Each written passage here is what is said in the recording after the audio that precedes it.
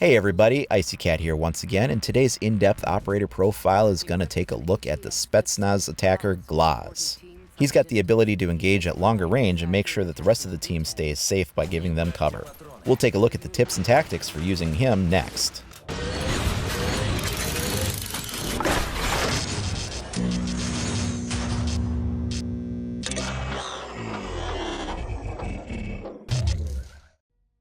GLAZ is a member of the Russian Spetsnaz CTU, and his special weapon is going to be the OTS-03 marksman rifle.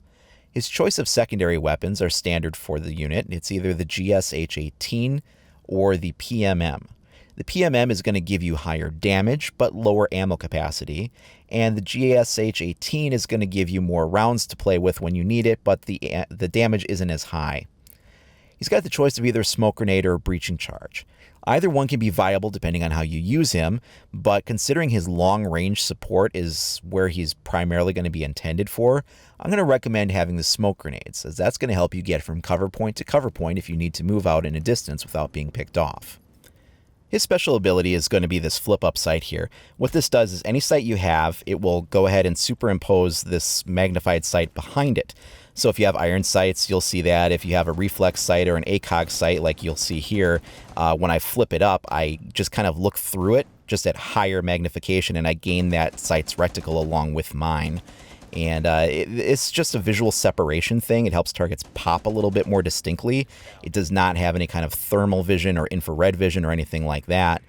I do sort of wish it did, though. It might be kind of handy to shoot through smoke with it. I wouldn't want to see through walls necessarily. That might be a little overpowered. I mean, that could be a little interesting, but I think maybe being able to see through smoke with it might be a little helpful. I do find that he works best in a support role, working long-range shots. If you use this character, use the smoke grenades to maybe help get you into position or something like that, that works well. And then what you're going to want to do is have your team open up sight lines for you. He combos really well with Ash. Ash can fire her breaching charge at a window or a door or wall, something like that, and blow open a sight line for him to use.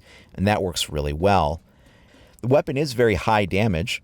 You'll see here, I will engage a target, and it'll be a one-hit kill. I did not score any hit on him there, and when I shoot here, he does go down in one hit. I don't think that was a headshot. Maybe the game thought it was. Maybe the hit detection was a little off. I don't think that was a headshot, but I don't think he was hit by any other player, but maybe he was and I missed it. But it does do very good damage. The way that I prefer to play this character is as more of a support role from long range. I mean, there's nothing stopping you, I guess, if you wanted to play more of the close quarters with him. You could, if you took iron sights or reflex or something that's a little bit more up close and didn't engage the magnification sight, I suppose you could. But I would recommend playing him as longer range. And I would recommend doing that by working with your team to open up sight lines. When you have open windows, doorways, holes in walls to shoot through, things like that, you can keep the other team pretty effectively pinned down. Of course, if I was a little faster there, I might have scored the hit, but I was too slow on the uptake. But by using somebody like, he'll combo well with someone like Ash. Ash can go ahead and fire the breaching charge at walls or windows and open those sight lines up for him, and she doesn't even have to expose herself to do so. She can just, kind of fire and forget, open up that sight line for him, and that works really well. Likewise, if you can get people onto the ropes or any, if it's a hallway and just throw a breaching charge on a door, open up those sight lines for your marksman so that he can take those shots, and that's the best way to work with it.